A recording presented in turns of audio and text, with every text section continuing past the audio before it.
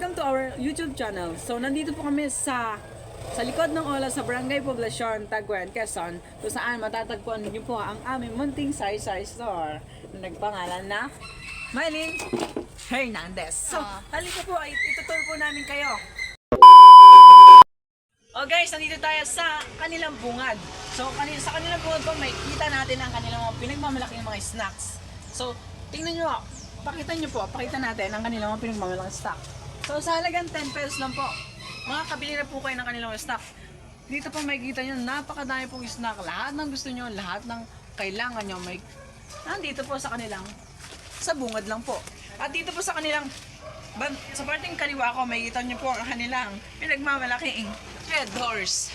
At dito po sa kanilang bungad din ng pintuan, so makikita nyo po agad ang kanilang mga fabric na nagkakalang 8 pesos lang. So, pasok po tayo dito. Itutur ko po kayo. So, dito po agad sa bungad na may mapapansin nyo agad ang kanilang mga canned goods. Ang dami po niyan.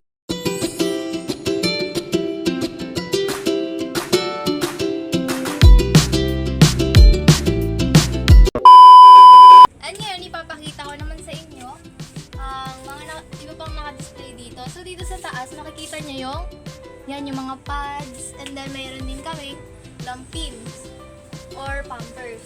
And then, dito naman, juice, coffee, and then dito is, yan. May toyo, suka, syempre. So, lahat ng mga kailangan mo, makikita mo dito. Isang ka pa, diba? O, punta naman tayo dito sa labas. So, meron din kami dito ang candies. And then, dito naman, is merong mga, That's all for our video for today's video.